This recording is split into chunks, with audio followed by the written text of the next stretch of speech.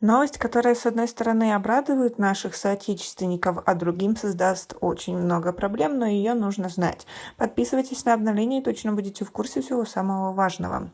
В МВД России предложили поощрять трудовых мигрантов скидкой на НДФЛ за хорошее знание русского языка. Об этом на заседании в Госдуме 22 марта сообщила начальник Главного управления МВД по вопросам миграции Валентина Казакова, передает Фергана со ссылкой на парламентскую газету.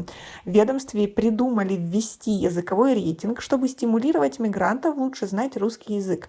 Иностранным работникам предлагается начислять баллы за образование, полученное на русском языке за рубежом, прохождение довъездной подготовки, сдачу экзамена по русскому языку и российской истории или международные экзамены, посещение языковых курсов, работу, связанную с активным использованием русского языка. В зависимости от уровня владения русским языком, знания истории России и основ законодательства для мигрантов предлагается ввести дисконтный коэффициент к налогу на доходы физического лица, уплачиваемого в виде фиксированного авансового платежа. Скидку за базовый уровень владения русским языком предлагается установить в размере 10%, за средний уровень 15%, за высший 20%, носителю русского языка 50%. Рейтинг могут начать применять после 1-3 месяцев после получения мигрантам в России идентификационной карты. Если рейтинг окажется низким, мигрант будет обязан ежемесячно выплачивать государству адаптационный платеж, штраф, иными словами. Сначала размер платежа может составить 1000 рублей, а если иностранец не сможет за год повысить свой рейтинг, сумму увеличат. Это позволит простимулировать иностранного гражданина к изучению русского языка и повышению рейтинга, пояснили в МВД. Если мигрант нарушил закон Российской Федерации, его языковой рейтинг могут обнулить. Ранее сообщалось о готовности МВД увеличить срок действия патента для трудовых мигрантов с 12 до 36 месяцев.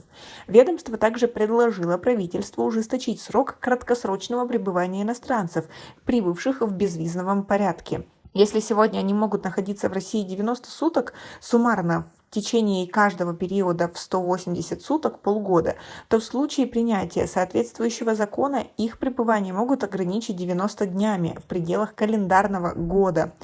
Налог на доходы физических лиц – это основной вид прямых налогов, исчисляется в процентах от совокупного дохода физических лиц за вычетом документально подтвержденных доходов в соответствии с действующим законодательством Российской Федерации. Как вы относитесь к такой ситуации? И как вы думаете, в последнее время для мигрантов в России стали лучше условия или только хуже?